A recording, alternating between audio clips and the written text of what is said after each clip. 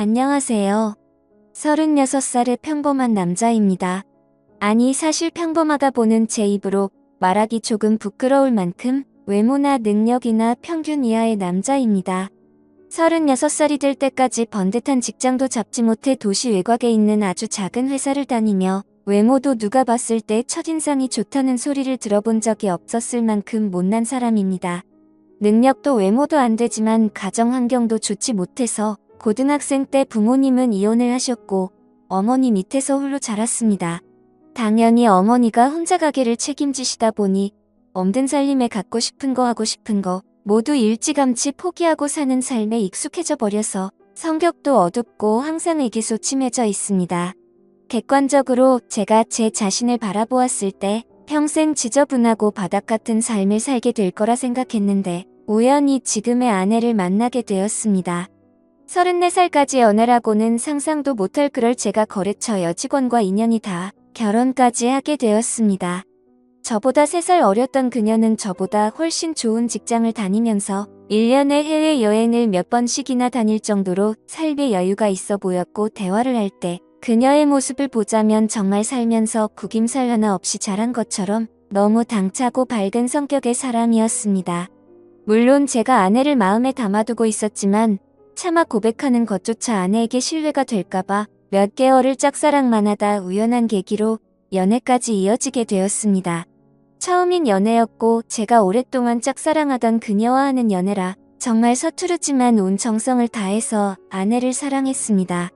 아내는 그런 헌신적인 제 모습이 좋았는지 서로 나이도 찾겠다. 바로 결혼 이야기가 나와 상견례까지 이루어졌습니다. 저의 어머니께서는 상견례 소식을 전하니 정말 장하다고 눈물까지 보이셨습니다. 나이가 꽉 차서도 여자의 이야기라고는 한 번도 말씀드린 적이 없었으니 어머니께서는 내심 제가 장가는 못 간다 생각하고 계셨나 봅니다. 너무 기뻐하시는 어머니 모습을 보니 정말 큰 효도를 해드렸다는 생각이 들더군요. 물론 처가가 될 아내 집에서는 저를 무척이나 반대를 했다고 합니다. 제가 직접 들은 이야기는 아니지만 아내가 결혼을 허락받기 위해서 정말 힘들게 부모님을 설득했다고 합니다.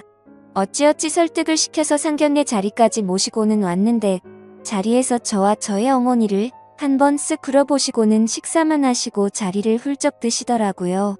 결국 상견례 자리에서 저와 어머니만 남겨져서 시켜놓은 음식을 꾸역꾸역 먹으며 서러움을 삼켰던 기억이 납니다.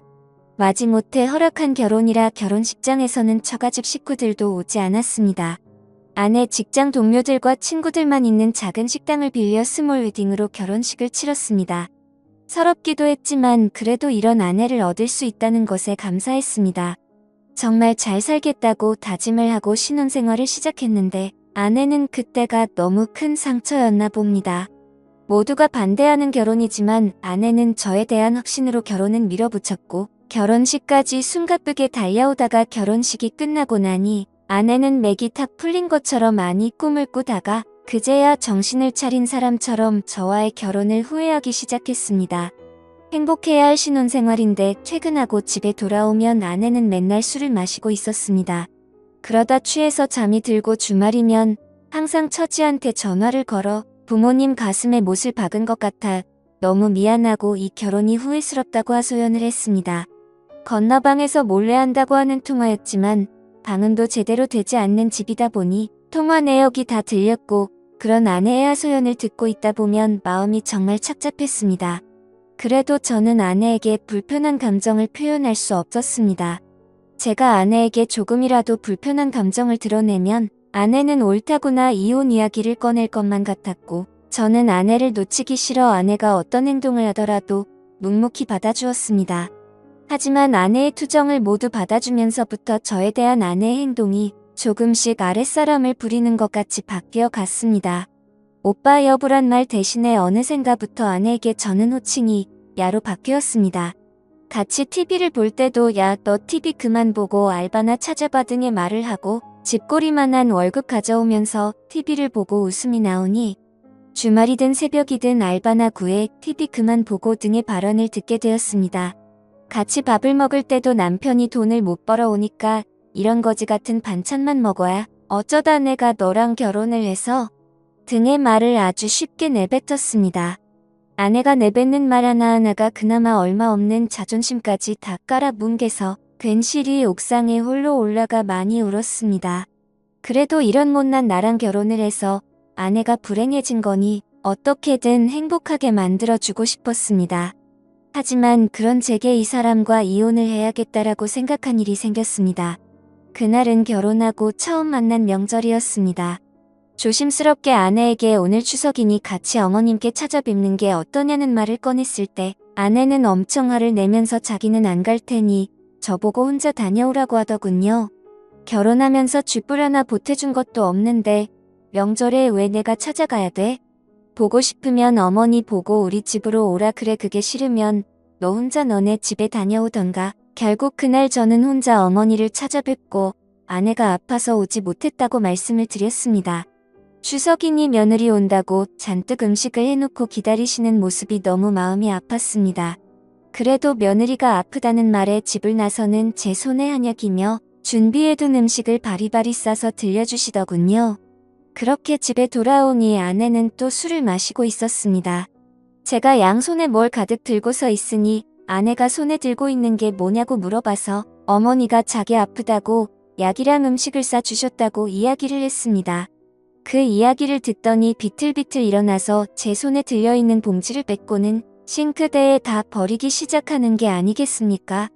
제가 지금 이게 뭐하는 짓이냐고 아내 손을 낚아채니 저를 발로 차고 얼굴을 핥히고 소리를 질러댔습니다.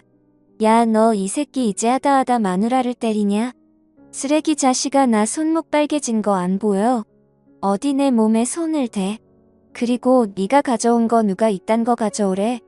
내가 너랑 너네 엄마 때문에 이 꼬라지로 살고 있는데 내가 이거 먹고 좋아할 줄 알았냐? 꼴도 보기 싫으니까 빨리 다 갖다 버려. 정말 이런 소리를 듣는데 저도 모르게 아내 얼굴에 손이 갔습니다.